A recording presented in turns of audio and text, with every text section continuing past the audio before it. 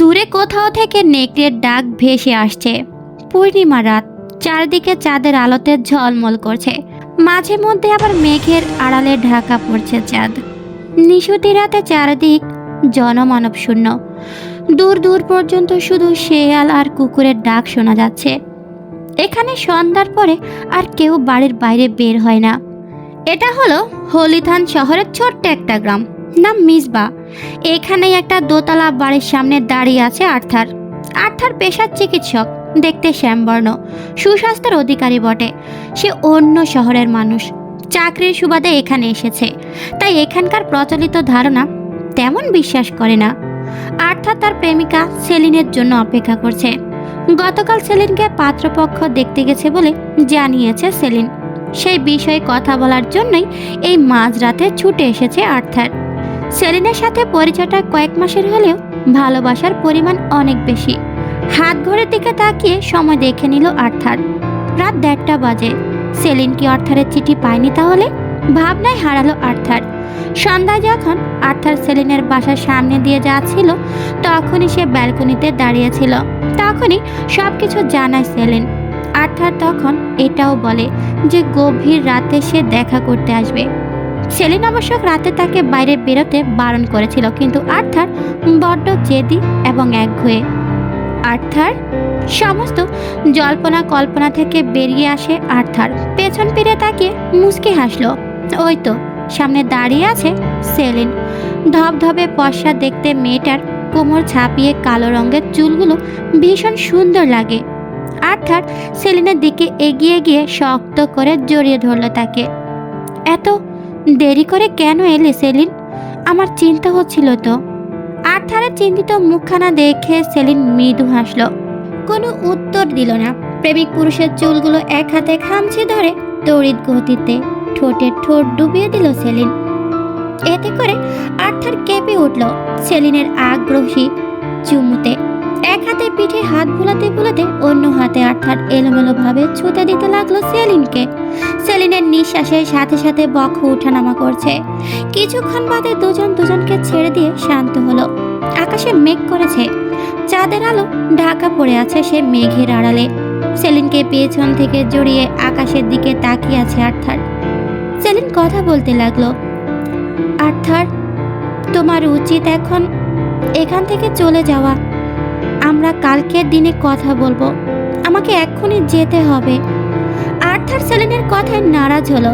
সেলিনের ঘাড়ে অস্বাভাবিক কিছু আঁচড়ের দাগ দেখে সেলিনের ঘাড়ে ঠোঁট ছুঁয়ে দিয়ে গম্ভীর হয়ে জিজ্ঞাসা করলো, তোমার ঘাড়ে কি হয়েছে সেলিন? সেলিনের অস্থির লাগছে ভীষণ। সত্যি কথাটা আর্থারকে বললে চিন্তা করবে সে, তাই বলল না, লুকিয়ে গেল। বাগানের ঝোপগুলো পরিষ্কার করতে গিয়ে এমন হয়েছে। তুমি এখন যাও আর্থার, পরে কথা হবে। তোমার বিয়ে নিয়ে কথা বলতে এসেছি আমি সেলিন। আমি একজন প্রতিষ্ঠিত চিকিৎসক। তুমি তোমার বাসায় আমার বিষয় কেন জানালে না বলো? আর্থার, আমার বিয়ে হয়ে যায়নি এখনো। প্লিজ তুমি যাও। আমার পক্ষে আর বেশিক্ষণ থাকা সম্ভব না। সেলিনের ফ্যাকাশে মুখখানা আর্থার দেখতে পাচ্ছে না। পূর্ণ চাঁদের আলোতে সেলিনের চেহারার অস্পষ্টতা ফুটে উঠেছে। মেঘ সরে গিয়ে চাঁদের আলোয় আবারও ঝলমল করছে মিসবা গ্রামের অলিগলি। আরও জোরালো ভাবে দূর থেকে অনেকগুলো নেকড়ের ডাক ভেসে আসছে। সেলিনের সমস্ত শরীর ব্যথায় ঝিমিয়ে আসছে। সহ্য করতে না পেরে আর্থারকে নিজের থেকে ছিটকে দূরে সরিয়ে দিল সে। আর্থার সেলিনের আচমকা বল প্রয়োগের টাল সামলাতে না পেরে মাটিতে লুটিয়ে পড়ল। চাঁদের আলো সেলিনের দিকে তাকিয়ে আর্থার যা দেখল তাতে রক্ত হিম হয়ে যাওয়ার উপক্রম হয়েছে তার। সেলিনের শরীরের চামড়া বেদ করে বড় বড় লোম বের হচ্ছে। ধীরে ধীরে তার শারীরিক আকৃতি পরিবর্তন হয়ে আকার নিয়েছে এক বিশাল আকার নেকড়ের। ধূসর রঙের লোমশ শরীর আর হলদেটে দাঁতে বড় ভয়ঙ্কর লাগছে সেলিনকে। আর্থার শুকনো ডোক গিলে ভয়ে বসেই রইল। তাকে যে এই মুহূর্তে পালাতে হবে তাও যেন ভুলে গেছে সে। সেলিন তার দানবীয় দাঁত বের করে আর্থারের দিকে দৃষ্টিপাত করল। আর্থার চিৎকার করে ওঠার আগে চোখের পলকে সেলিন তার শরীর থেকে মাথাটা আলাদা করে ফেলল। আর্থার আর্থারের শরীর পড়ে রইল সেখানেই, আর মাথা ছিটকে গিয়ে পড়ল কিছুটা দূরে। সেলিন থামল না সেখানে। চাঁদের আলোর দিকে তাকিয়ে জোরে ডেকে উঠে মিসবাহ শহরের জঙ্গলের দিকে এগিয়ে গেল। জঙ্গল পের হলেই পাহাড়ি অঞ্চল, সেদিকে কোনো পশু পাখি পর্যন্ত থাকে না। সেখানে পাগলের মতো ছুটে যাচ্ছে সেলিন। সেখানেই আছে তার সমজাতিরা। ভোরের আলো পড়তে মিসবাহ শহরের ডাক্তার আর্থারের মৃত্যুর সংবাদ ছড়িয়ে পড়েছে চারদিকে। সবাই ভয়ে ভয়ে আর্থারের লাশ দেখছে। এমন বীভৎস রকমের খুন এর আগেও হয়েছে এই গ্রামে, তবে গত 2 বছরের মধ্যে আবার এমন খুনের কোনো ঘটনা ঘটল আজ। আর্থারের মৃত্যুর সংবাদেই সবাই কেমন আতঙ্কিত হয়ে গেল। শুনেছি গত রাতে ডাক্তার সাহেব খুন হয়েছে। গরম পানির মধ্যে এক প্রকার গুঁড়া মেশাতে মেশাতে আরোরাকে উদ্দেশ্য করে বলল এনা। এনাও পেশার একজন চিকিৎসক, তবে তার চিকিৎসা পদ্ধতি সবটাই জড়িবুটির মাধ্যমে, অর্থাৎ বিভিন্ন লতাপাতা, গাছের বাকল, ফল ও ফুল দিয়ে সে নিজেই ওষুধ তৈরি করে। আরোরা এখনো বিছানায় শুয়ে আছে, 2 চোখে তার ঘুম। বোনের কথায় বিশেষ খেয়াল নেই তার, বাবা মা নেই ওদের, দুজনের ছোট সংসার। আরোরা পাশের স্কুলে চাকরি করে, আজ ছুটির দিন। আরোরার হুহা করা খুবই বিরক্ত লাগে এনার। মেয়েটা সবসময় এমন ঘুমিয়ে হুহা করবে কেন? এনা হাতে কাজ রেখে আরোরার পাশে এসে বসে চোখে মুখে পানি ছিটকে দিল। আরোরা বিরক্তিতে চোখ মুখ কুঁচকে ফেলে বলল, ওহ আপু, দিলে তো, ঘুমের 12টা বাজিয়ে, ভাল লাগে না। এনা এতক্ষণে আবার নিজের ওষুধ বানানোর কাজে লেগে পড়ল। এনা বয়সে আরোরার 5 বছরের বড়, দেখতে সুন্দরী, লম্বা রোগা সোগা শরীর। আরোরা 24 বছর বয়সী এক যুবতী, দবদবে দুধে আলতা গায়ের রং তার, চোখগুলো নীলাভ সবুজ, কোমরের নিচ পর্যন্ত হালকা সোনালি রঙের চুলগুলোতে রোদের আলো পড়ে কেমন ঝলমল করছে তার। কথা না বলে তাড়াতাড়ি ফ্রেশ হয়ে নাস্তা সেরে নে, আমাদের বেরোতে হবে। আরোরা কথা বাড়ালো না। সে জানে আর্থার মারা যাওয়াতে তার বোন মনে মনে খুশি হয়েছে, কারণ এখন হলিথান শহরে আর কোনো চিকিৎসক নেই। ছোট্ট মিসবাহ গ্রামে বাইরে থেকে সহজে কেউ আসতেই চায় না। বেচারা আর্থার এসেছিল সাহস করে, সেই সাহসের বিনিময়ে নিজের প্রাণ হারাতে হলো তাকে। রাত নামলেই হলিথান শহরে নেমে আসে অশুভ শক্তির ছায়া। মাঝে মধ্যে 2 অপশক্তির মধ্যে লড়াইও হয়। হলিথান শহরের 2 দিকে রয়েছে 2টো আলাদা সম্প্রদায়ের আবাসস্থল। কেউ কেউ বলে তারা একে অপরের শত্রুপক্ষ। একদল আসে এখানকার মানুষের রক্ত চুষে খেতে, আর অন্য দল রক্ত মাংস সব। ঘুমন্ত অবস্থায় শরীরের স্পর্শকাতর জায়গায় কারো ছোঁয়া পেয়ে নড়ে চড়ে উঠল সাচি। তবে সাচির ঘুম যথেষ্ট গাঢ়, তাই ঘুম ভাঙল না তার। কিন্তু তার অবচেতন মস্তিষ্ক বুঝতে পারছে কেউ তাকে বাজেভাবে ছুঁয়ে দিচ্ছে। শরীরের প্রতিটি স্পর্শ অনুভব করছে সে। গলা থেকে বক্ষ বিভাজনের মাঝ বরাবর প্রচণ্ড জ্বালাপোড়া অনুভব হচ্ছিল সাচির। ধীরে ধীরে সে জ্বালাপোড়া তল পেটের নিচে অবধি পৌঁছে যেতে হুড়মুড় করে উঠে বসল সে। ঘন ঘন শ্বাস প্রশ্বাস নিচ্ছে সাচি। সেই সাথে পুরো ঘরে নজর বুলিয়ে নিল কেউ আছে কিনা। সেজন্য কপালে ঘামের বিন্দুগুলো চিকচিক করছে ডিম লাইটের মৃদু আলোয়। সাচির ভীষণ অস্বস্তি লাগছে, গা কেমন ঘিন ঘিন করছে। বিছানা থেকে উঠে গিয়ে রুমে বাতি জ্বালিয়ে দিল সে। আয়নার সামনে গিয়ে দাঁড়াতে চমকালো সাচি। নিঃশ্বাস বন্ধ হয়ে যাবে এমন মনে হচ্ছে। গলা স্পষ্ট কারো নখের আঁচড়, ঘাড়ে সূচের মতো কিছু একটা বিঁধেছে, ক্ষীণ দাগ একটা। ভয়ে ভয়ে পরনের কামিজের কিছু অংশ খুলে বুকেও আঁচড় আছে কিনা সেটা চেক করলো সাচি। মেয়েটা দিশেহারা অবস্থা এখন। শরীরের যেসব জায়গায় জ্বলনি হচ্ছে সেই সব জায়গায় এরকম লালচে হয়ে গেছে। কিন্তু এই দোতলার ঘরে কেউ কিভাবে ঢুকলো? সাচির মাথা ঘুরছে, 2 চোখ ঝাপসা হয়ে আসছে ক্রমশ। ম্যাক, তোমার কি সমস্যা? তোমাকে কতবার আমি বলেছি শহরের বাইরে যাবে না, গেলেও সাথে কাউকে নিয়ে যাবে।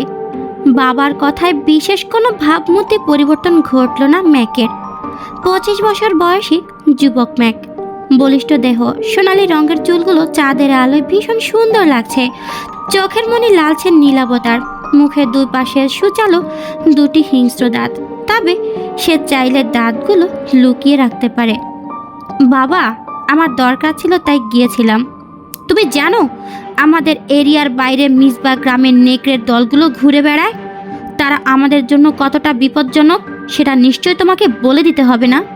ছেলের দিকে তাকিয়ে রাগী গলায় বলল কিয়াম। ম্যাক বেফারোয়া স্বভাবের ভ্যাম্পায়ার। সে তার কালো আলখাল্লার ভেতর থেকে একটা সুচালো রূপোর অস্ত্র বের করে বাবার দিকে এগিয়ে দিয়ে বলে, আমি সবসময় নিজের প্রোটেকশন রাখি বাবা, অযথা চিন্তা করা আমার পছন্দ না। কিয়ামকে আর কিছু বলার সুযোগ না দিয়ে নিজের কক্ষে চলে গেল ম্যাক। মানবীয় শরীরের আকর্ষণে সে আবারও যাবে গ্রামে, রক্তের তৃষ্ণা নয়, এবার সে মজেছে এক মানবীয় যৌবনে। মনে মনে এসব ভেবে মুচকি হাসল ম্যাক। কিয়াম ছেলের আচরণে হতাশ। ভ্যাম্পায়ার রাজ্যের রাজপুত্র এডওয়ার্ডকে সরিয়ে নিজের ছেলে ম্যাককে সিংহাসনে বসানোর স্বপ্ন তার বহুদিনের, কিন্তু এই ছেলের ভাবগতিক দেখে খুব রাগ হয় কিয়ামের। সকালের রোদের আলোতে অর্ধ উন্মুক্ত শরীরে খোলা আকাশের নিচে দাঁড়িয়ে আছে এডওয়ার্ড। প্রতিদিন এই সময় সূর্যের আলো সবচেয়ে ক্ষীণ থাকে, তাই এই সময়টাতেই একটু প্রাকৃতিক আলো গায়ে মেখে নেয় এডওয়ার্ড। সূর্যের আলো যেমন ভ্যাম্পায়ারদের জন্য ক্ষতিকর, তেমনি আবার সকালের এই সূর্য কিরণ উপকারী। সেজন্য এই সকাল সকাল এডওয়ার্ড এভাবে দাঁড়িয়ে থাকে। সুঠাম দেহের অধিকারী এডওয়ার্ড, রক্তবর্ণ চোখ জোড়ার উপরে সুন্দর জোড়াব্রু দারুণ শোভা পাচ্ছে চেহারায়। সুচালো দুটি হিংস্র দাঁত ঠোঁটের উপরে দুই পাশে। এডওয়ার্ড, ভেতরে এসো, সূর্যের তেজ বৃদ্ধি পাচ্ছে, তোমার শক্তি ক্ষয় হতে পারে। হেলগার দিকে দৃষ্টিপাত করলো এডওয়ার্ড। ব্যাস, এডওয়ার্ডের মন প্রাণ যেন শীতল হয়ে গেছে। মায়ের দিকে তাকালে যে কোনো সন্তানের হৃদয় শীতলতায় ছেয়ে যায়। হেলগা ভীষণ শান্ত প্রকৃতির একজন ভ্যাম্পায়ার, তবে প্রয়োজনে যথেষ্ট অশান্ত হয়ে উঠতেও পিছপা হন না তিনি। এডওয়ার্ড মায়ের পাশে এসে দাঁড়িয়ে মুচকি হাসলো। হেলগাও ছেলের হাসিতে হাসি মিলিয়ে তাকালো। কিছু বলবে মা? তোমার বাবা চান এই পূর্ণিমায় তোমার রাজা হিসেবে অভিষেক হোক, যথেষ্ট যোগ্য তুমি এখন। এডওয়ার্ড একটু সময় নিল ভাবতে, কিছুক্ষণ বাদে বলল, ঠিক আছে মা, আমি একটু বাইরে বেরোবো এখন। কোথায় যাবে? হলিথান শহরে। না এডওয়ার্ড, তুমি কি জানো না সূর্যের আলোতে আমরা বেরোতে পারি না? তাছাড়া অয়ারুফদের আগমন আছে মিসবাই, হলিথান শহরের মধ্যেও হয়তো আছে। মা, আমরা কি অয়ারুফদের থেকে কম শক্তিশালী? সবসময় ওদের এত ভয় পাও কেন? শক্তিতে আমরা সমকক্ষ হলেও মায়াবিদ্যায় ওরা সেরা। তাছাড়া ভ্যাম্পায়ারদের অয়ারুফদের সাথে কয়েকশো বছর ধরে শত্রুতা চলছে, ওদের অঞ্চলে না যাওয়া আমাদের জন্য ভালো। এডওয়ার্ড মায়ের হাত ধরে বলল, মা, তোমার ছেলে কোনো দিক থেকে কম নয়, আমি যাচ্ছি। বাইরে তাকিয়ে দেখো, আকাশ মেঘলা হয়ে আছে, আজকে আর সূর্যের দেখা মিলবে না, আমি আসছি। এডওয়ার্ড শোনো, এডওয়ার্ড। এডওয়ার্ড বাদুরের রূপে উড়ে যেতে লাগলো হলিথান শহরের দিকে। হেলগা চিন্তিত হয়ে গেছে। এডওয়ার্ড তো জানে না তাদের পূর্বপুরুষরা অয়ারুফদের সাথে অন্যায় করেছিল, ঘোর অন্যায়। সেই জন্য ভয় লাগে, যদি সে ফিরে আসে তবে ভ্যাম্পায়ার সভ্যতারও বিনাশ হতে পারে। এনার চেম্বারে বসে আছে সাচি। সাচি একজন শিক্ষার্থী, সামনে লেখাপড়া শেষ করবে। গত কয়েক রাতে তার শরীরে অস্বাভাবিকভাবে জ্বালাপোড়া ও ব্যথা হচ্ছে, সেই কারণে ডাক্তারের শরণাপন্ন হলো সাচি। এনার সাচির সব কথাবার্তা মনোযোগ সহকারে শুনেছে এতক্ষণ। সাচি, আপনার ঘরের জানালা কি খোলা থাকে রাতে? সাচি একটু সময় নিয়ে বলল, হ্যাঁ, গরমে জানালা বন্ধ করলে হাঁসপাস লাগে। আজকের পর থেকে জানালা বন্ধ করে রাখবেন, আর এগুলো জানালার পাশে রাখবেন। এনা কতগুলো রসুন আর লেবু সাচির দিকে এগিয়ে দিয়ে বলল, সাথে কিছু পবিত্র পানীয়। সাচি কিছুটা অবাক হলো বটে, কিন্তু বুঝতে অসুবিধা হলো না কিছু। আপনি বলতে চাচ্ছেন যে এসব ভ্যাম্পায়ারের কাজ? আমার সাথে? হ্যাঁ, বিচলিত হবেন না, কিন্তু আমাকে একেবারে না মেরে এরকম আচরণ কেন করছে সেটা তো আমি বলতে পারবো না, তবে আপনার শরীর থেকে রক্ত চুষছে না তেমন একটা, হয়তো সে আপনার সাথে ফিজিক্যাল হতে চাচ্ছে। এনার কথা সাচি কিছুটা ভয় পেল। কি ভয়ঙ্কর কথা! সাচির শরীর খারাপ লাগছে। ম্যাম, আমি আজকে আসছি, আমার শরীর খারাপ লাগছে। এনা যাবতীয় ওষুধগুলো একটা ব্যাগে বলল, তারপর সেগুলো এগিয়ে দিল সাচির দিকে। আপনি শুধু সব জায়গায় রসুন রাখুন, তবেই হবে। পিচাসগুলো রসুন সহ্য করতে পারে না। আপনি মনোবল হারাবেন না একদমই। ঠিক আছে ম্যাম, আসছি। সাচি দ্রুত উঠে বাইরে বেরিয়ে গেল। বাইরে মেঘলা আকাশ। এনা জানালা দিয়ে বাইরে তাকিয়ে দীর্ঘশ্বাস ফেলল। এমন একটা জায়গায় আছে যেখানে সব দিক থেকে বিপদ, প্রাণ হাতে নিয়ে বাঁচতে হয় সবাইকে। হঠাৎ আরোরার কথা মনে পড়লো এনার। স্কুলে কি করছে মেয়েটা? ভ্যাম্পায়াররা আবার শহরে আসবে না তো? মেঘলা আকাশ দেখলেই এই শহরের সবাই আটকে থাকে। রাত হলে নেকড়ের ভয়, আর দিনে? স্কুল থেকে বেরিয়ে ঘোড়ার গাড়িতে চেপে বসলো আরোরা। মেঘলা আকাশের কারণে আগে ভাগে স্কুল ছুটি দিয়ে দিয়েছে কর্তৃপক্ষ। আরোরার ভীষণ বিরক্ত লাগছে তাতে। এই পিচাসদের জন্য স্বাভাবিক মানুষের জীবন অতিষ্ঠ হয়ে গেছে একেবারে। হঠাৎ ঘোড়াগুলো অস্বাভাবিক আচরণ করায় গাড়ি থেমে গেল। আরোরার ধ্যানও ভঙ্গ হলো তাতে। কি হলো সাওয়ারি সাহেব? বুঝতে পারছি না দিদিমণি, মনে হচ্ছে ওরা অশুভ শক্তির আভাস পাচ্ছে। কি করব এখন? আরোরা আশেপাশে তাকিয়ে দেখলো একবার। শহরের সব মানুষ নিজ নিজ ঘরে চলে গেছে। আমি তো হেঁটে যাচ্ছি না হয়, কিন্তু আপনি ঘোড়াগুলো নিয়ে কি করবেন? আপনি চলে যান, আমি ঘোড়া রেখে যাচ্ছি। প্রাণের থেকে তো আর ওদের দাম বেশি না। যান যান দিদিমণি। ঘোড়া সাওয়ারির লোকটা আর কালক্ষেপণ করলো না, দ্রুত পা চালিয়ে অন্যদিকে চলে গেল। আরোরা এগিয়ে গেল নিজ পথে। একা একা যেতে ভয় লাগছে। হঠাৎ পুরুষালী গম্ভীর আওয়াজে থমকে দাঁড়ালো আরোরা। পিছন ফিরে তাকালো কণ্ঠস্বরের অধিকারীকে দেখতে। এডওয়ার্ড আরোরার দিকে এক দৃষ্টিতে তাকিয়ে আছে। আরোরার নীলাভ সবুজ চোখ দুটিতে যেন এডওয়ার্ড আটকে গেছে। সোনালি চুলগুলো মৃদু মন্দ বাতাসে উঠছে। আপনি? আরোরা সামনে থাকা লোকটাকে এবার পরখ করে নিতে ব্যস্ত হয়ে উঠল। কালো রঙের লম্বা পোশাক পরনে তার, চুলগুলো ঘাড় চাপিয়ে গেছে, চোখগুলো কেমন লালচে রক্তিম বর্ণের। আমি এডওয়ার্ড। আপনি? আমি আরোরা। আপনি চাইলে আমি আপনার সাথে আপনার বাসা পর্যন্ত যেতে পারি। শহরের সবাই তো যার যার ঘরে অবস্থান করছে। আপনার নিশ্চয়ই একা যেতে ভয় লাগছে। কখন আবার রক্তচোষা পিচাসেরা আক্রমণ করে বলা তো যায় না। আরোরা লোকটার কথা একটু ভাবুক হলো। ভুল বলেনি সে। বেশ, চলুন। এডওয়ার্ড হাসলো নিঃশব্দে। আরোরা বিস্ময় নিয়ে তাকিয়েছিল সেই হাসির দিকে। কি সুন্দর হাসি। পাশাপাশি হাঁটতে লাগলো দুজন। কেউ কোনো কথা বলছে না, তবে এডওয়ার্ডের উসখুস লাগছে। আশেপাশে যখনই মানুষ দেখছে তখনই রক্ত তৃষ্ণা পাচ্ছে, কিন্তু অদ্ভুতভাবে আরোরার প্রতি কোনো আকর্ষণই হচ্ছে না এডওয়ার্ডের। সে কারণে আরামসে দুজন পথ চলছে। রাতের অন্ধকার নামতে মিসবা গ্রামের দক্ষিণে পাহাড়ে সমবেত হয়েছে মায়া নেকড়ের দল। সেলিন দাঁড়িয়ে আছে অনেকগুলো নেকড়ের মধ্যে। মেয়েটা কাঁদছে। আশেপাশে আরো নেকড়েরা মানুষের রূপ ধারণ করেছে। সেলিনের বয়সী একটা মেয়ে সেলিনকে কাঁদতে দেখে এগিয়ে গেল তার কাছে। কি হয়েছে তোমার? এভাবে কাঁদছো কেন? আমাকে মেরে ফেলুন আপনারা, আমি এভাবে বাঁচতে চাই না। আমি নিজের হাতে আমার ভালোবাসার মানুষকে খুন করেছি, আমাকে মেরে ফেলুন। সেলিন বসে পড়ল। মেয়েটিও বসলো পাশে। আকাশে মেঘের আড়ালে চাঁদ ঢেকে আছে। সবাই নিজেদের মধ্যে কিছু একটা আলোচনা করতে ব্যস্ত। এরা সবাই এতদিন এখানে ছিল, আজকে অয়ার ওলফদের প্রাসাদে যাবে। নতুন অয়ার ওলফরা নিজেদের শক্তি সম্পর্কে অবগত নয় এখনো। কিভাবে নিজেকে নিয়ন্ত্রণ করতে হয় তাও আয়ত্ত করতে পারেনি। এখানে যারা আছে সবাই কোনো না কোনো নেকড়ের আঘাতে পরবর্তীতে নেকড়েতে পরিণত হয়েছে। দেখো মেয়ে, আমরা চাইলেও নিজ থেকে মরতে পারবো না। আমিও তোমার মতো নতুন, জানি না কিভাবে এই জীবন থেকে মুক্তি মিলবে। আমাদের জীবন অভিশপ্ত। তুমি সব কিছু ভুলে যাও। এমনিতেও যখন নেকড়ে রূপ ধারণ করি আমরা তখন মানবীয় সমস্ত অনুভূতি হারিয়ে ফেলি। সেলিনের বুক ছেড়ে দীর্ঘশ্বাস বেরিয়ে এলো। আর্থারও যদি কোনোভাবে নেকড়ে হয়ে যেত কতই না ভালো হতো। এই তোমরা চলো, প্রাসাদে যেতে হবে আমাদের। সবাই নিজেদের আসল রূপে ফিরে এসো। অ্যালেক্সার কথায় সকল নব্য অয়ার ওলফরা নেকড়ে রূপে ফিরে এলো। এরপর অ্যালেক্সার পিছু পিছু এগুতে লাগলো পাহাড় ডিঙ্গিয়ে রাজপ্রাসাদের দিকে। সবাই দল বেঁধে এগোচ্ছে। পাহাড় ডিঙ্গিয়ে সমতল ভূমিতে এসেছে ওরা। সেলিনের চোখের জল শুকানোর নয়, অবিরত কেঁদেই যাচ্ছে সে।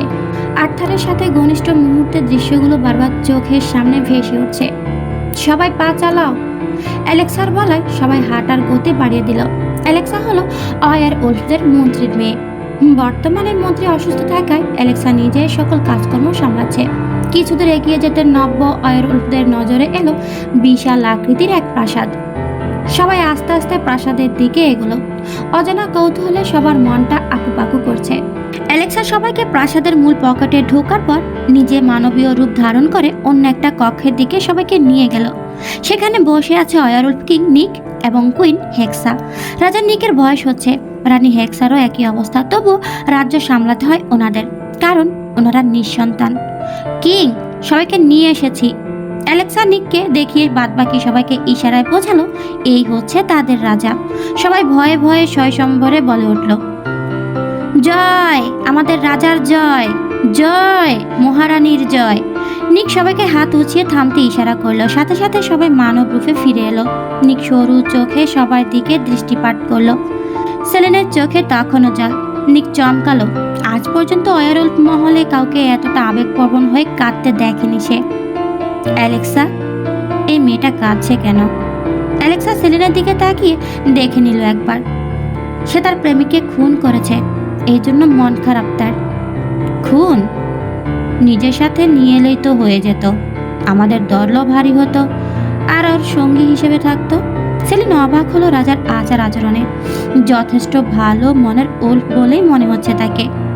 অ্যালেক্সা বিরক্তি নিয়ে বলল, কিং, এদের আমি থাকার জায়গা দেখিয়ে দিয়ে আসছি। বেশ, যাও। নিকের আদেশ পেতে অ্যালেক্সা সবাইকে নিয়ে কক্ষ ত্যাগ করলো। হেক্সা নিকের দিকে তাকিয়ে বলে, আর কতদিন আমরা অপেক্ষা করব কিং? আমাদের আসল কিং এবং কুইনের খুনিদের শাস্তি কি হবে না? কিছু সময় কথা বলেও লাভ হয় না, সঠিক সময়ের অপেক্ষা করতে হয় কেবল। কিং নিকেও তাই করছে, সঠিক সময় এলে তবে ভ্যাম্পায়ারদের পতন নিশ্চিত হবে। সন্ধ্যা নেমেছে হলিতান শহরে। বাইরে মৌসুল ধরে বৃষ্টি হচ্ছে, মাঝে মধ্যে বিদ্যুৎ চমকাচ্ছে। জানালা আটকে দিল আরোরা। টেবিলের উপর লণ্ঠন জ্বলছে। এনা শুয়ে শুয়ে একটা চিকিৎসা বিষয়ক বই পড়ছে। বোনের মুখে সাচির বিষয়ে শুনে মনটা খচখচ করছে আরোরার। বয়সে ছোট হলেও মেয়েটা দেখা হলে একেবারে বন্ধুর মতো আচরণ করে। ভয় লাগছে আরোরার, যদি সত্যি সত্যি সাচিকে মেরে ফেলে পিচাসরা। ভালো লাগছে না কিছুই। আরোরা বন্ধ জানালার দিকে এগোলো। জানালার কপাট খুলে বাইরের দিকে দৃষ্টিপাত করলো সে। জুম বৃষ্টি বাইরে, সাথে শীতল হাওয়া। ডান হাত বাড়িয়ে কিছুটা বৃষ্টির পানি হাতে নিল আরোরা। বেশ ভালো লাগছে এবার। যতদূর দৃষ্টি যাচ্ছে শুধু বৃষ্টি আর বৃষ্টি। একবারে নির্বীজ একটা গ্রাম। হঠাৎ সামনের রাস্তার দিকে তাকাতে চমকালো আরোরা। কে জানি দাঁড়িয়ে আছে সেখানে এবং আরোরার দিকে দৃষ্টি নিবন্ধন তার। আরোরা বৃষ্টির পানি ঝেড়ে দু হাতে চোখ মুছে আবারও সেদিকে তাকালো। না, কোনো ভুল হচ্ছে না। এডওয়ার্ড দাঁড়িয়ে আছে, নাকি অন্য কেউ? পোশাক দেখে তো তেমনই মনে হচ্ছে, কিন্তু চেহারা স্পষ্ট দেখা যাচ্ছে না। আরোরা এসব ভাবতে ভাবতে অন্যমনস্ক হয়ে গিয়েছিল। একটু বাদে ফের তাকিয়ে দেখে সেখানে কেউ নেই। ভরকে গেল মেয়েটা। তাহলে কি দৃষ্টিভ্রম? আরো, এই আরো কি দেখছিস তখন থেকে? এনা ডাকে আরোরা চমকে উঠল। দ্রুত জানালা আটকে বিছানায় বোনের পাশে এসে বসে লম্বা নিঃশ্বাস ফেললে বলল, আপা, তোমাকে বলেছিলাম না এডওয়ার্ড নামের একজন সেদিন এগিয়ে দিয়েছিল আমাকে?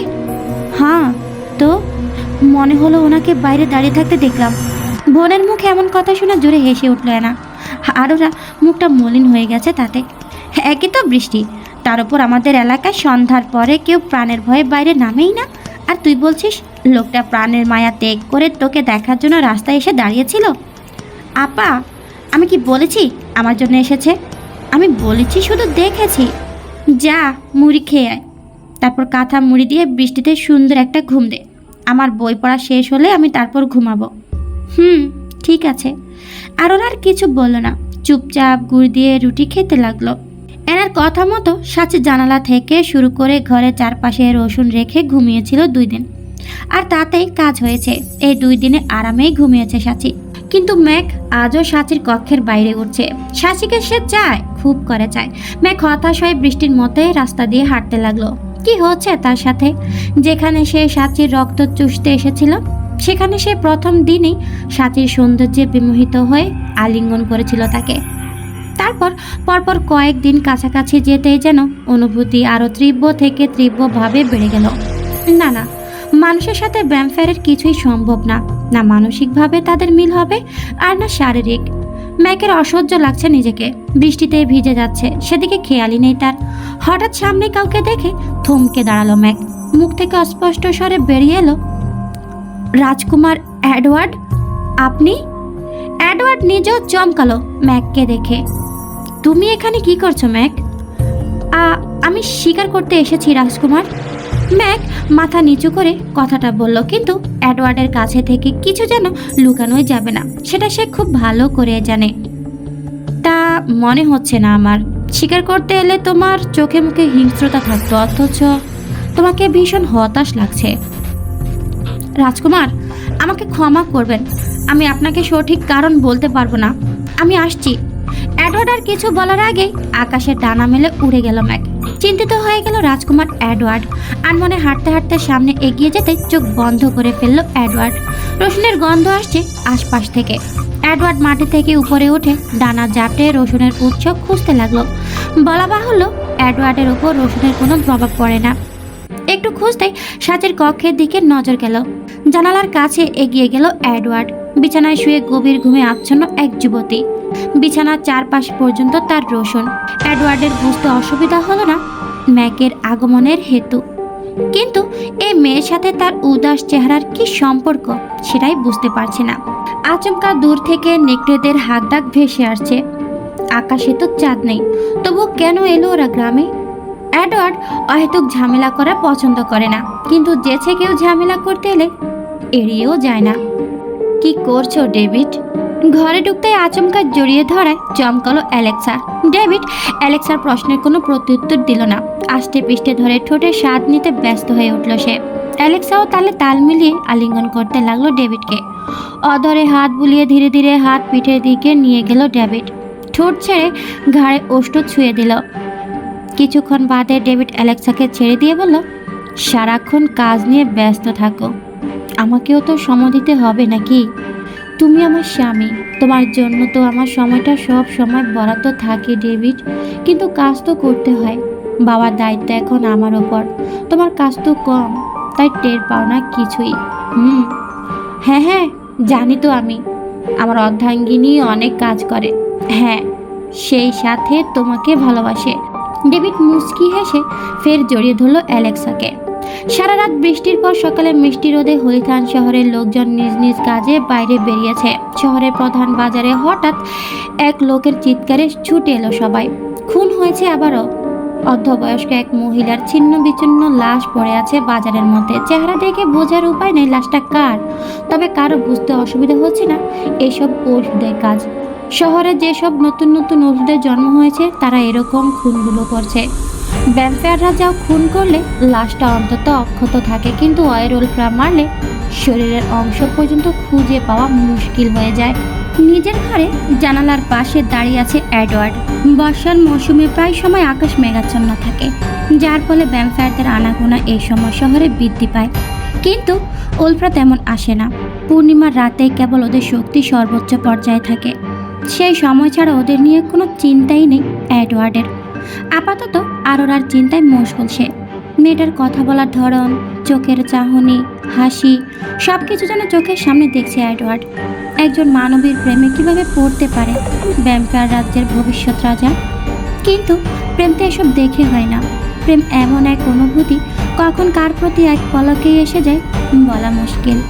এডওয়ার্ড তো গিয়েছিল আরোরার রক্ত খেতে, কিন্তু আরোরার চাহনি টানা টানা চোখগুলো যেন কথা বলে। অমন চোখ এডওয়ার্ড জীবন দশায় আর দেখেনি। কি অদ্ভুত সবুজ রঙের চোখের মনি। উফ, এডওয়ার্ড এসব ভাবতে ভাবতে যেন আরো বেশি করে আরোরার মধ্যে ডুবে যাচ্ছে। সে কি একবার হলিতান শহরের দিকে যাবে এখন? আরোরারা এখন আর নিজবাতে থাকে না। এনার ডাক্তারি সুবিধার্থের জন্য প্রধান শহর মানে হলিথানে থাকে। বাইরের দিকে দৃষ্টিপাত করলো এডওয়ার্ড। মনে হয় না আজকে আর রোদের দেখা মিলবে। তাহলে তো যাওয়াই যায়। এডওয়ার্ড আর কিছু ভাবলো না। জানালার ফাঁক দিয়ে উড়ে বেরিয়ে গেল কাঙ্ক্ষিত গন্তব্যে পৌঁছানোর জন্য। ইদানিং স্কুল প্রায় বন্ধ থাকছে, কারণ এখন বর্ষাকাল। বর্ষাকালে শহরে আতঙ্ক বেশি থাকে বলে অভিভাবকেরা তাদের সন্তানদের স্কুলে পাঠায় না। আর 2-4 ছাত্রছাত্রী নিয়ে তো আর স্কুল চলে না। সে কারণে আরোরার বেশিরভাগ সময় বাড়িতেই কাটে। বিকেলবেলা আরোরা জানালা দিয়ে বাইরের লোকজনের হালচাল পর্যবেক্ষণ করছে। জীবনটা কেমন অসহ্য লাগছে আজকাল। এনা তো নিজের কাজে চেম্বারে ব্যস্ত থাকে, কিন্তু আরোরা তো বাইরে কাজ নেই। এসব ভাবতে ভাবতে হঠাৎ এডওয়ার্ডকে দেখে চমকালো আরোরা। নিজের চোখের ভুল কিনা পরখ করার জন্য হাত দিয়ে ইশারা করলো সে। এডওয়ার্ড হাসলো বদলে। আরোরা চমকালো, থমকালো সে হাসিতে। কি ভয়ঙ্কর সুন্দর সে হাসি। আরোরা, ঘুরতে যাবেন? এডওয়ার্ড গলা উঁচিয়ে জিজ্ঞেস করলো। আরোরা দোটানায় পড়ে গেল। এনাকে না বলে কি অচেনা একটা লোকের সাথে বের হওয়া ঠিক হবে? এডওয়ার্ড উত্তরের আশায় চুপচাপ দাঁড়িয়ে আছে। আরোরা কি করবে ভাবছে। চোখাচোখি হতে এডওয়ার্ড ফের মুচকি হাসলো। ইস, আরোরার যেন কি হলো। আসছি। সময় নিল না সে, শুধু গায়ে একটা বড় ওড়না পেঁচিয়ে চুলগুলো খোপা করে বাসা থেকে বেরোলো। এডওয়ার্ড আরোরাকে দেখে সামনে এগোচ্ছে। কেমন আছেন? এই তো ভালো। আপনি? ভালো। এখন ভালো? আগে বুঝি খারাপ ছিলেন? আরোরার প্রশ্নে ফের হাসলো এডওয়ার্ড। ছেলেটারা তো হাসতে হবে কেন? দুজনের পাশাপাশি হাঁটছে, তাই হয়তো হবে।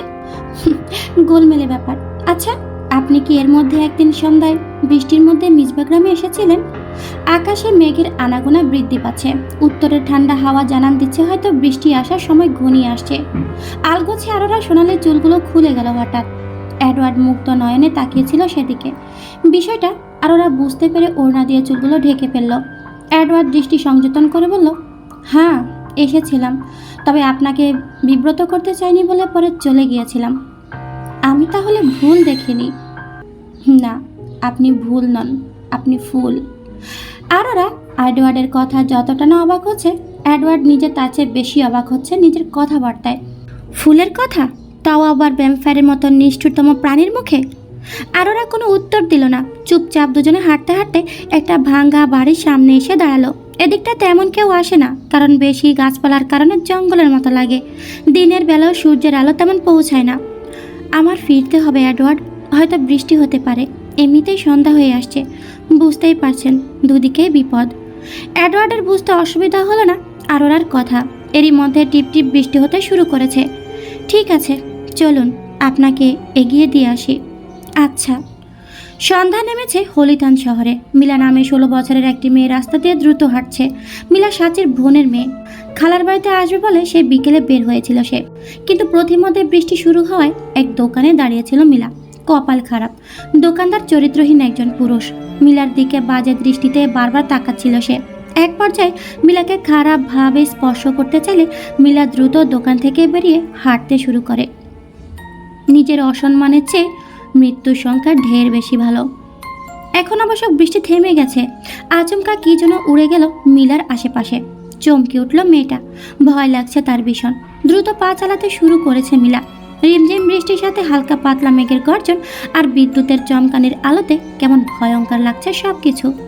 মনে প্রাণের সৃষ্টিকর্তার নাম নিতে নিতে সাচির বাড়ির প্রায় কাছাকাছি চলে এসেছে মিলা। ভয়ে ভয়ে মিলা অবশেষে বাসার ভিতরে ঢুকে গেল। ম্যাক স্বরূপে ফিরে বাড়ির বাইরে দাঁড়িয়ে আছে। মেয়েটা যে সাচির কোনো আত্মীয় সেটা বুঝতে পেরে প্রাণে রক্ষা পেল। মনটা খারাপ লাগছে ম্যাকের। কতদিন সাচিকে কাছ থেকে দেখা হয়নি তার। সাচির অমতাটাকে স্পর্শ করা অপরাধ বুঝেও ম্যাকের ভীষণ ইচ্ছে করছে ওকে একটু ছুঁয়ে দিতে। সেলিন, তোমাকে একটা কাজ করতে হবে। নিকের কথায় সেলিন ভাবনায় পড়ে গেল। তার মতো নগণ্য নব্য অয়ারুল্পের কী কাজ থাকতে পারে রাজার জন্য? তবুও কৌতূহল সংবরণ করে শুধালো সেলিন, কি কাজ কিং? আগামী পূর্ণিমায় হলিতান শহরে কিংবা আশেপাশে অন্য শহরে এক নতুন শক্তির আবির্ভাব ঘটবে। আমাদের ভবিষ্যৎ সেই শক্তির সাথে জড়িত। আমাকে কি করতে হবে কিং? তুমি আর অ্যালেক্সা যাবে খোঁজ নিতে। অ্যালেক্সার সাথে তোমাকে পাঠানোর কারণ হলো তুমি হলিথান শহরের সব কিছু চেনা। তাছাড়া তোমার কাজকর্মে আমি মুগ্ধ। তুমি একজন ভালো মনের মানুষ ছিলে। ঠিক আছে কিং, আপনি যা চান তাই হবে। আমি আসছি এখন। ঠিক আছে, যাও। সেলিন চলে যেতে নিক ভাবনায় অতলে হারালো। তার মায়াবিদ্যা যদি ভুল না হয়, আগামী পূর্ণিমায় সে আসবে তার আসল ঠিকানায় এবং জেনে নেবে ভ্যাম্পায়ারদের নিষ্ঠুরতার কথা। মিলাকে বাসায় পেয়ে সাচি ভীষণ খুশি হয়েছে। রাতে খাওয়া দাওয়ার পরে অনেকক্ষণ দুজনে আড্ডা দিয়েছে। সাচি বাবা মায়ের একমাত্র মেয়ে। সাচির বাবা বেঁচে নেই। বছর 4 আগে এক কঠিন রোগে আক্রান্ত হয়ে মারা যান তিনি। সেই থেকে সাচি আর সাচির মা একসাথে থাকে। মিলা আসতে সাচির মা সবচেয়ে বেশি খুশি, কারণ মিলা এ বাসায় এলেই ওনার সাথে ঘুমায়। নিশুতি রাত, চারদিকে নির্জনতা। বৃষ্টির পর কেমন শীতল হয়ে আছে আবহাওয়া। কোনো বাতাস নেই, শুধু কেমন একটা ভেজা ভেজা ভাব সব কিছুতে। সাচি গভীর ঘুমে আচ্ছন্ন। হঠাৎ বন্ধ জানালা আস্তে আস্তে খুলতে শুরু করলো ওর কক্ষের। কপাট খুলে ভেতরে ঢুকলো বাদুর রূপী ম্যাক। সাঁচির দিকে তাকিয়ে মুচকি হাসলো সে। আশেপাশে নজর বুলিয়ে নিল একবার। কোথাও কোনো রসুন নেই এখন। ম্যাক সময় নষ্ট করলো না, সাঁচির পাশে বসে মাথায় হাত বুলিয়ে দিতে লাগলো আস্তে ধীরে। মেয়েটা ঘুমাচ্ছে বলে কতটা নিষ্পাপ লাগছে সেটা দেখে ম্যাকের ভীষণ ভালো লাগছে। ম্যাক কখনো সাঁচিকে সজাগ অবস্থায় দেখেনি। ইস, যদি মেয়েটার সাথে একটু কথা বলতে পারতো। ম্যাক আলতো করে ঠোঁট ছুঁয়ে দিল সাঁচির কপালে। কেমন যেন নেশা নেশা লাগছে ম্যাকের। রক্তের নেশা চেয়েও যেন বড় কোনো নেশা টানছে তাকে। সাদা রঙের পাতলা ঢিলাঢালা পোশাকে ভীষণ আকর্ষণীয় লাগছে সাঁচিকে। বুকের গঠন স্পষ্ট বোঝা যাচ্ছে বলে ম্যাকের কেমন হাঁসফাঁস লাগছে। এতদিন কোনো কিছু না ভেবে অযাচিতভাবে ছুঁয়ে দিলেও আজকে সেটা পারছে না সে। কিন্তু নিজেকে নিয়ন্ত্রণও যে অসম্ভব হয়ে যাচ্ছে। ম্যাক যখন আকাশ পাতাল ভাবনায় বিভোর, তার মধ্যে ঘুম ভেঙে গেল সাঁচির। মস্তিষ্ক সচল হতেই মাথায় কারো হাতের আলতো ছোঁয়ায় চমকালো সে। ঘুম ঘুম চোখে পাশে তাকাতেই অচেনা এক সুদর্শন যুবককে দেখল। ভীষ্ময় যেন সপ্তম আসমানে সাঁচির। কিছু না বলে দ্রুত উঠে বসলো সে। ঘটনার আকস্মিকতায় ম্যাক নিজেও চমকে গেছে। আপনি আপনি কে? এখানে কিভাবে এলেন? সাঁচির কণ্ঠে ভীতি, চোখে ভীষ্ময়। ম্যাক কী করবে ভেবে না পেয়ে দ্রুত সাঁচিকে সম্মোহন করতে লাগলো। সাঁচি কিছু বুঝে ওঠার আগে ম্যাকের নিয়ন্ত্রণে চলে গেল। হাঁপ ছেড়ে বাঁচল ম্যাক। সাঁচি নির্ভীক হয়ে বসে আছে, কপালে তার বিন্দু বিন্দু ঘাম। গলা বেয়ে ঘামের বিন্দু বক্ষ বিভাজনের দিকে গড়িয়ে পড়ছে। সাঁচি আসলে সব কিছু বুঝতে পারছে কিন্তু কিছুই করতে পারছে না। ম্যাক তাকে পুরোপুরি সম্মোহন করেনি, কারণ সে চায় সাঁচির কিছু কিছু মুহূর্ত মনে থাকুক। সাঁচি, আমি তোমাকে হয়তো ভালোবাসি। একটা অনুভূতি সৃষ্টি হয়েছে তোমার জন্য ঠিক এখানে, অথচ আমরা হৃদয়হীন প্রাণী। নিজের বুকের বাপাশে ইশারা করে দেখালো ম্যাক। সাঁচি তাকিয়ে আছে শুধু। ম্যাক আবারও বলল, আমি তোমার কাছাকাছি যেতে চাই সাঁচি। আমি কিছুতেই নিজেকে নিয়ন্ত্রণ করতে পারছি না। জানো তো, আমি ভালো নই। প্রেমে পড়লেও নিজেকে সংযত করার ক্ষমতা খুবই কম। সাঁচি ভয় কেঁপে উঠল, তার চোখগুলো জানালার দিকে কিছু একটা খুঁজছে। না, সমস্ত কক্ষে কোথাও রসুন নেই বলে এই ভ্যাম্পায়ার প্রবেশ করতে পেরেছে। কে করলো এসব? নিশ্চয় অবুঝ মিলার কাজ এটা। ম্যাক সাঁচির চুলগুলো এক হাতে আলতো করে খামচে ধরে ঠোঁটে ঠোঁট ডুবিয়ে দিল। সাঁচি চোখ বন্ধ করতে চাইলেও পারছে না, অসহ্য লাগছে তার। ম্যাক ধীরে ধীরে সাঁচিকে জড়িয়ে নিল বুকে। সাঁচির ভয় করছে কিন্তু কিছুই করতে পারছে না। আজকে নিশ্চিত তার প্রাণ যাবে, সাথে সতীত্বও। হ্যালো মাই লাভলি ভিউয়ার্স, কেমন আছো সবাই? আশা করি সবাই ভালো আছো। জানি না স্টোরিটা তোমাদের কাছে কেমন লাগতেছে বা কেমন লাগবে। এটা আমার লেখা কোনো স্টোরি না, এটা আমি ফেসবুক থেকে নিয়েছি এবং এটার অরিজিনাল যে লেখিকার নাম হচ্ছে তাসমিয়া তাসনিম প্রিয়া। এটা ফ্যান্টাসি, হরর এবং রোমান্টিক। বুঝতেই তো পারছো, ভ্যাম্পায়ার এবং ওয়ারওলফের প্রেম কাহিনী নিয়ে গল্পটা। তোমাদের যদি ভালো লাগে তাহলে আমাকে অবশ্যই কমেন্টস করবা। আর যদি নেক্সট পার্ট চাও তাহলে অবশ্যই আমাকে জানাবা। আমি অবশ্যই নেক্সট পার্ট তোমাদের জন্য এক্সপ্লেন করব। আর আমি চাচ্ছিলাম পদ্মজা স্টোরিটা এক্সপ্লেন বা নিজে বলার জন্য আমার এই চ্যানেলে আমি পদ্মজা গল্পটা বলতে। তোমরা কি চাও আমি পদ্মজা গল্পটা আমি আমার মুখে বা ভয়েস দিয়ে তোমাদের কাছে উপস্থাপন করি? যদি এটা চাও তাহলে অবশ্যই আমাকে কমেন্টস করে জানাও।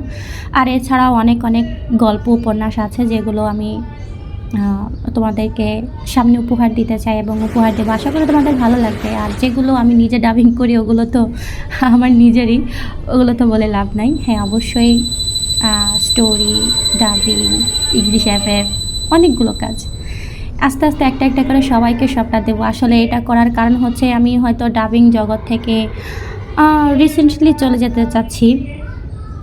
হাতে যে প্রজেক্টগুলো বা যে কাজগুলো আছে ওগুলো সম্পূর্ণ শেষ করেই দেন যাবো, এর আগে না। তো অবশ্যই যদি ডাবিং ছেড়ে দেয় তাহলে একটা না একটা কিছু নিয়ে তো অবশ্যই থাকতে হবে। সো আমি চাচ্ছি ইংলিশ এফএফটা পাশাপাশি লিখতে এবং পাশাপাশি এই গল্প উপন্যাসগুলো এক্সপ্লেন করতে। তোমাদের যদি ভালো লাগে অবশ্যই আমাকে জানাবা। অবশ্যই চ্যানেলটা সাবস্ক্রাইব করে আমাকে সাপোর্ট করবে এবং আমার পাশে থাকবে। আর তোমাদের সাপোর্ট আসলে আমার জন্য অনেক বেশি দরকার এই ব্যাপারটার জন্য। তো সবাই ভালো থেকো, আল্লাহ হাফেজ। আর অবশ্যই বেশি বেশি করে লাইক, কমেন্টস এবং শেয়ার করবা। অবশ্যই এটা শেয়ার করবা যাতে অন্যান্য তোমাদের যে বন্ধু বান্ধবী যারা আছে সবাই যাতে অন্তত গল্পটা দেখতে পারে। ফেসবুকে অনেক সুন্দর সুন্দর বা ফেসবুক না হয় ইবুক আছে, প্রতিলিপি আছে, অনেক সুন্দর সুন্দর গল্প উপন্যাস আছে যেগুলো আমরা আসলে আমাদের চোখের সামনে পড়ে না, আমরা দেখতে পারি না, পড়তে পারি না এবং জানিও না। তো আমি এটা আসলে এজন্যই করতে চাইতেছি যাতে তোমরাও আমার ভালো লাগা মানে আমার যেটুকু আমার মনের যে ভালো লাগাটা সেটা আমি তোমাদের সাথে শেয়ার করবো, এবং আমি চাই আমি জানি আমার ভালো লাগা তোমাদের কাছেও ভালো লাগবে। আশা করি ভালো থেকো সবাই। আল্লাহ হাফেজ।